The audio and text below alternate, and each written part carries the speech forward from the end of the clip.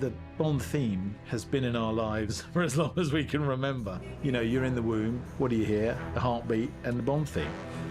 When Bond does something typically Bond-esque, then there's really only one piece of music you can play.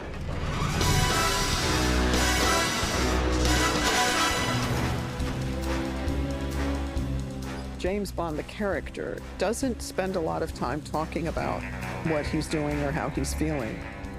So the music has always had to kind of give you a sense of what's going on within Bond. The adrenaline, the tension, the joy, the anxiety. You hear the Bond theme and it gives you that shot in the arm.